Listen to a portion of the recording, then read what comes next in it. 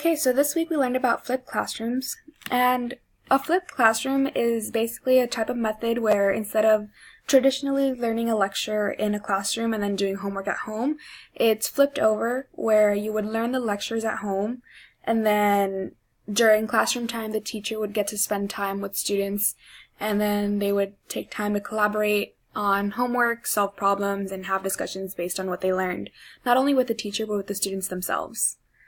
So, for this week we had 2 readings and 3 videos. The 2 readings were, one of them was called Flipped Classrooms, and it was basically almost like a type of research paper that went over how flipped classrooms came into play, especially in higher education, and the type of impact places like Harvard and MIT had in regards to having flipped classrooms and making this higher education available to a variety of people that couldn't just afford to go to their campuses. Also, it talked about how it not only made it more accessible, but students learned a lot better than they did in traditional classrooms. And in the other reading we had, it went over a type of flipped classroom found in an elementary school, and the students' perceptions on flipped classrooms and whether they liked it or didn't and preferred traditional type classrooms. As for the videos, we had 3 of them, and that was, one of them went over flipped classrooms here at UCI, and it looked at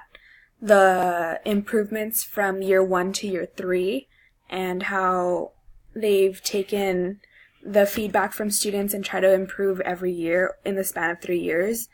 The second one was about a specific high school that was low performing, and instead of keeping the same method, they decided to scrap everything and completely change the school so that all of it was a full-on flipped classroom. And when they did that, they saw a vast improvement in a big amount of students. And the last video goes over kind of like what a flipped classroom actually is in an animation form. So it talks about